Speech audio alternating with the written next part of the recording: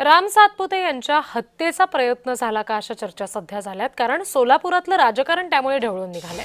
सातपुते मुर्दाड माणूस, त्याला कोण मारणार अशी खोचक टीका उत्तम जानकर यांनी या सगळ्यावर केली आहे, तर जयकुमार गोरेंनी या सगळ्याला सडेतोड उत्तर दिले. पालकमंत्र्यांविषयी त्यांनी म्हटलं असेल तो थोडं तिथं धराधरी झाली, ढकलाढकली झाली. फार मोठा काही विषय नव्हता त्याच्यामध्ये. आणि पालकमंत्र्यांनी आपलं त्याच्यावरती आपलं काय म्हणतो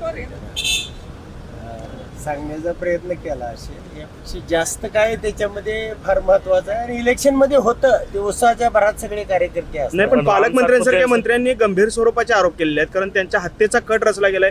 धराधरी ही किरकोळ बाब आहे, मात्र हत्येचा कट रचला गेला असं मंत्री सांगतायत. एक राज्याचे जबाबदार काहीतरी गंभीर त्याच्यामध्ये असेल. नाही काय आणि त्यांचा रोज जो आहे तो माळशिरसच्या सत्ताधाऱ्यांकडे आहे.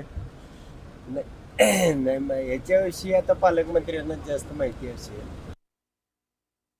आमदारांनी राम सातपुते साहेबांनी घेतलेला तो त्यांचा विषय आहे.